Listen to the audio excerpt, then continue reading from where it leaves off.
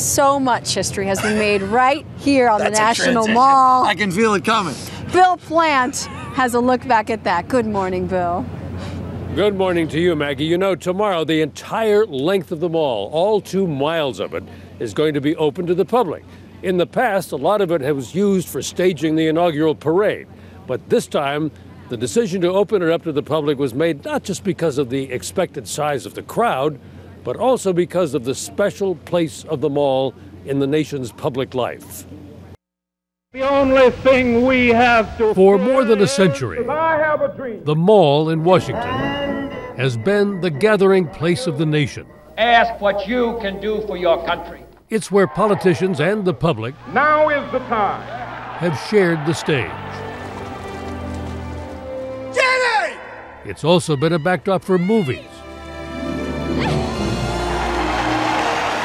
But the National Mall, sacred ground to some and cherished by many, was envisioned somewhat differently by its original architect, the Frenchman Pierre L'Enfant, back in the 18th century. L'Enfant had a big avenue down the center with In other trees words- on either side. In other words, an avenue on which carriages... That's right. could Carriages drive. and people... A street. Picture something akin to a broad Parisian boulevard like the Champs-Élysées.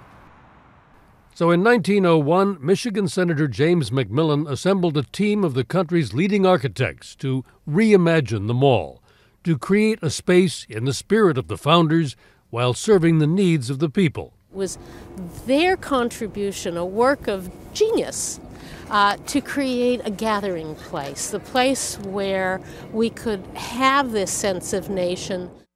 Built first, the Lincoln Memorial, intended as a message to Americans that this would be where all are welcome. But no sooner was the memorial completed in 1922 than came the first controversy over just how welcome some Americans would be.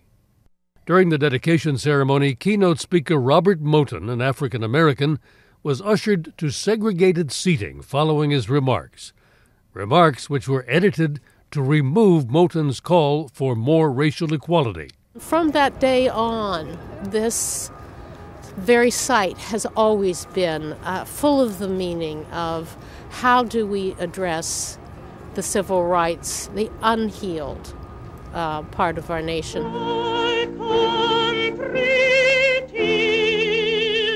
In 1939, at the invitation of Eleanor Roosevelt, singer Marian Anderson sang from the steps of the memorial dedicated to the great emancipator, after she was refused permission to perform in Washington's Constitution Hall. And nearly 25 years later, the March on Washington filled the mall as the world heard the impassioned plea of a preacher from the segregated South. My poor little children will one day live in a nation where they will not be judged by the color of their skin, but by the content of their character. I have a dream today. So as we observe Dr. King's birthday, think back to him speaking on these steps and think of an African American being inaugurated as president. It's a chilling message, but I think it's a healing message. It really fits on the mall. It's so right that people should be standing on the mall for this inauguration, from the Washington Monument to these very steps. Thank God Almighty, we are free at last. Words and moments in history. And you know, it's worth reflecting that on this mall, decades and decades ago, there were slave markets.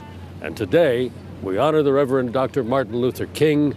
And tomorrow, the nation sees the inauguration of its first African American president, and thousands, hundreds of thousands, will witness it right here. Harry, Maggie. Thank you, Bill. That moment will mean so much to all Americans, certainly to Corey Booker, the mayor of Newark, New Jersey, who joins us here. Good morning. Good morning. It's great to be here. Thank you for having me. What Bill was just talking about, the significance of Martin Luther King Day today, the first African American president inaugurated tomorrow. personally, what does it mean for you? You know, I grew up in a household where my parents and my grandparents told me these incredible stories about the civil rights movement, the challenges, frankly, of not even being able to drive down south and be able to stop at gas stations to use a bathroom or to restaurants. Just hearing the stories of indignities and challenges, it makes me feel this great sense of accomplishment, deeper than I've ever felt it before, not as an individual, but as a nation. And you know, we're a country that's formed in these perfect ideals, but a savagely imperfect reality. And the history of our country is great Americans, many of them ordinary Americans, willing to do extraordinary things to make real on that promise. So this, to me, is a culmination of the struggle and the sacrifices of generations.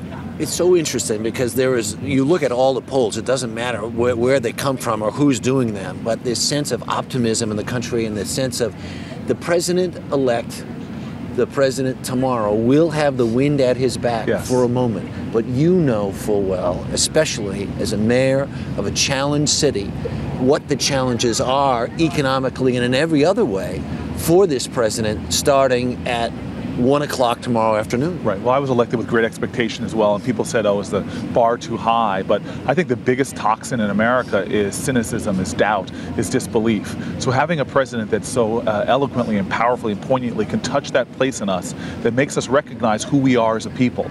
I mean, American history is a screaming testimony to the perpetual achievement of the impossible.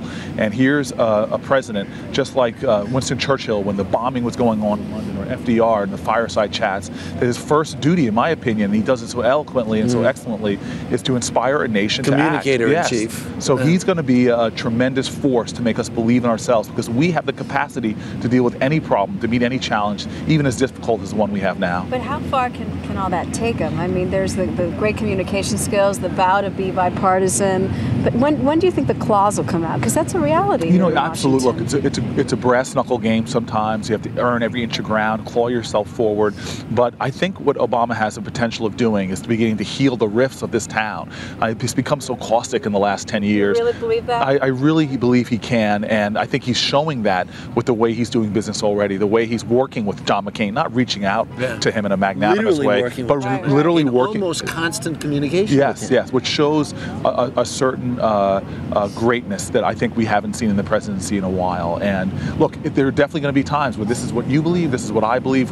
We're obviously on different sides of this issue, but there's so much that Americans believe in together. There's so much we're united around that if we could just focus on those things, it won't be about left, right, it'll suddenly be about forward. That really, really remains to be the story to be told, because we've had this conversation at so many inaugurations in years past, and can that comity exist again that we think existed in the past? Can it happen? You're sitting again? in a phenomenal city with a mayor, Adrian Fenty, who's doing it. Yeah. He has Republicans and Democrats around education. In my city, we have everybody from the Manhattan Institute, a right-leaning think tank, working with many traditional left groups. They're coming together in the grassroots, and Obama has come up from that. Yeah. When he was organizing as an organizer in Chicago, it wasn't a Democratic Republican way to make a city better. He saw it was just about good people coming together and doing it. Mayor Booker, Adrian Fenty as well, both of you have been compared to Barack Obama. We can see why. Thank you very much. Thank you so much for joining us.